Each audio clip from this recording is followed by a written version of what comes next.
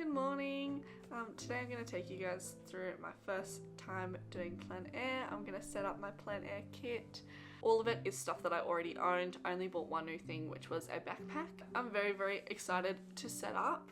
I'm going to pack everything today, get my kit ready, and then tomorrow, hopefully tomorrow morning, I can just grab it and go. If you already follow me on any of my socials, you would know that I'm a painter who loves gouache and who loves landscapes. I recently had my first solo exhibition and it really got me thinking, like, what do I do next? I achieved my goal. You know, this has been my goal for years and years, so now that what do I do now? I had the opportunity to talk to a well-known plein air artist named Brett Garling, and that really inspired me to further my practice, and it really opened my eyes, and I thought, wow, there's so many things I haven't learnt yet. You know, like, I achieved this big goal that I'd been working towards, but there's so much left. It's endless. But yeah, like, over the past 6 months I've like really improved on my practice and I was feeling really great, and then I worked up to this point and I achieved it, this pinnacle that I was kind of working towards, and now I'm going, oh, okay, what do I do now? Like, I still have to get better, I still have to get more experience.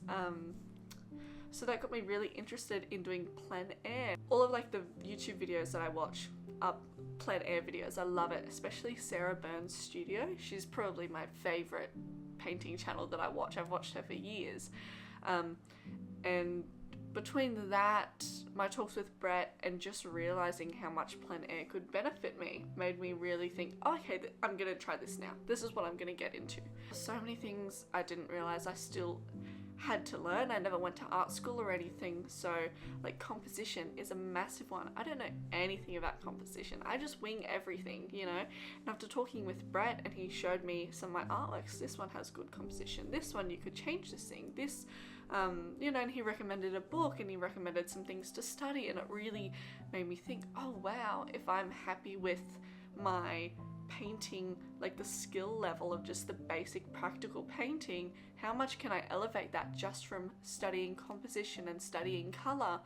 And I thought, you know, plein air sounds so fun. It'll allow me to study things differently, because when you're looking at a picture, you know, it's flat, there's only so much you can do, but if I'm out there, I can see all the dimensions of what I'm painting. I can see all of the true colors of what I'm painting.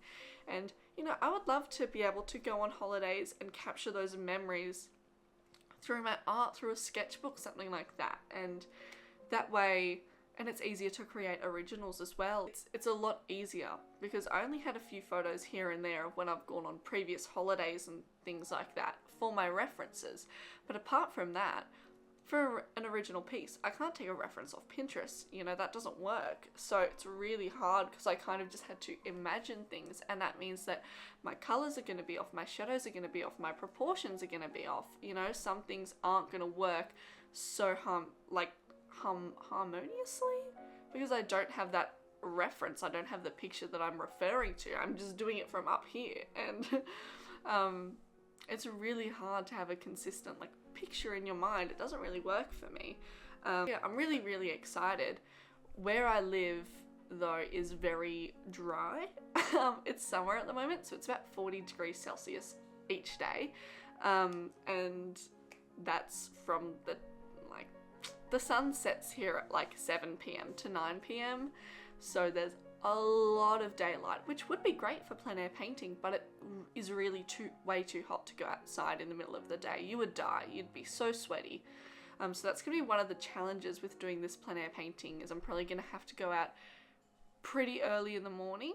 Like, I can definitely go out a few hours after sunset, because it'll only be like high 20s at that point. So if I go out there with a hat and sit down, I'll be fine, and bring water and hopefully find somewhere with shade.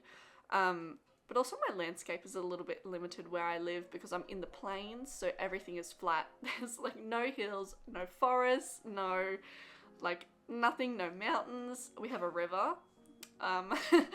We have some like public gardens. We have the Japanese gardens, which is really nice.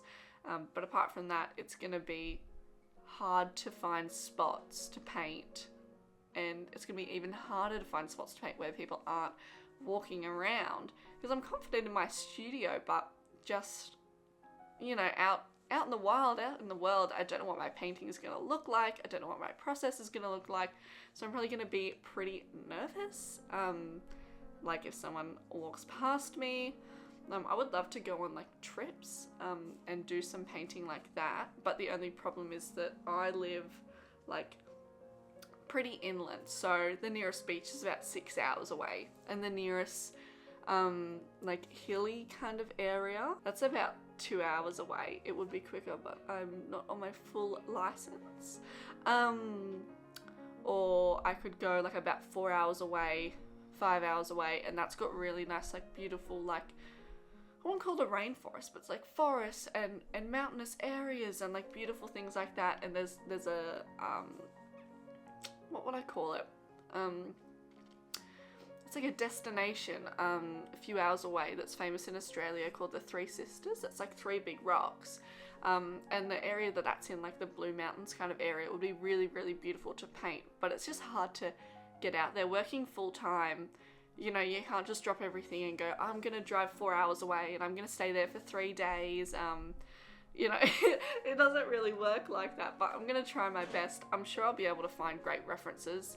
Here where I live, I've just got to really, really try hard and get creative.